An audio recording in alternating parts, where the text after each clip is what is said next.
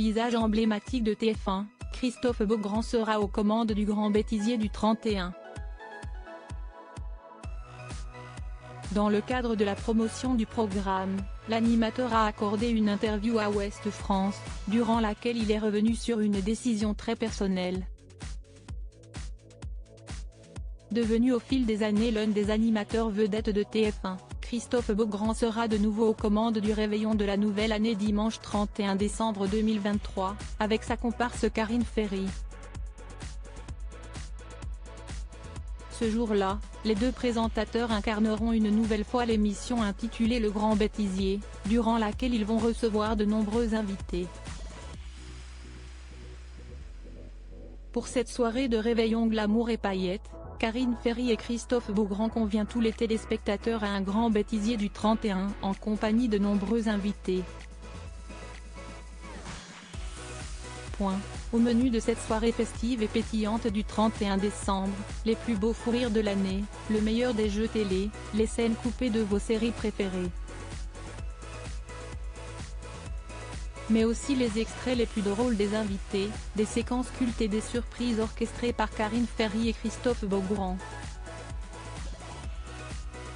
Rendez-vous pour un concentré d'humour et de bonne humeur en attendant les 12 coups de minuit, a indiqué TF1 dans un communiqué.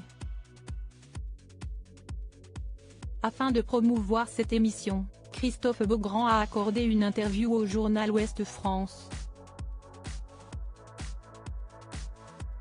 On l'a enregistré début décembre. Ce n'est pas en direct parce qu'on a beaucoup d'invités et ce n'est pas facile de tous les réunir, même un mois avant les fêtes. La fin d'année est la période la plus chargée pour les artistes, a souligné l'animateur de TF1.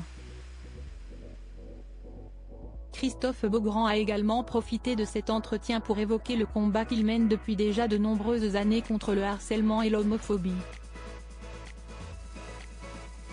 À ce titre, le présentateur est revenu sur sa décision très personnelle de dévoiler les photos de son mariage avec Ghislain Gerin dans les colonnes du magazine Gala.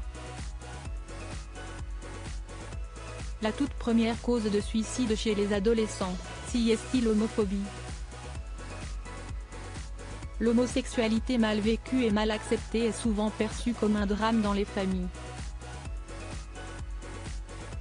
Moi j'essaye de mettre du lien.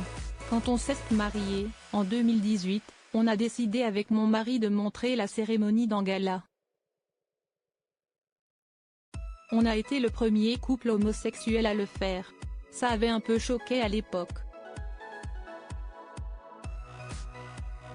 Pour moi, cette visibilité est quelque chose d'assez évident.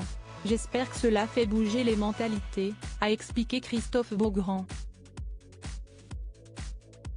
Le présentateur soutient l'association Hugo, qui lutte contre le harcèlement scolaire. J'essaye de sensibiliser à cette cause en intervenant dans des collèges et des lycées, a précisé l'animateur.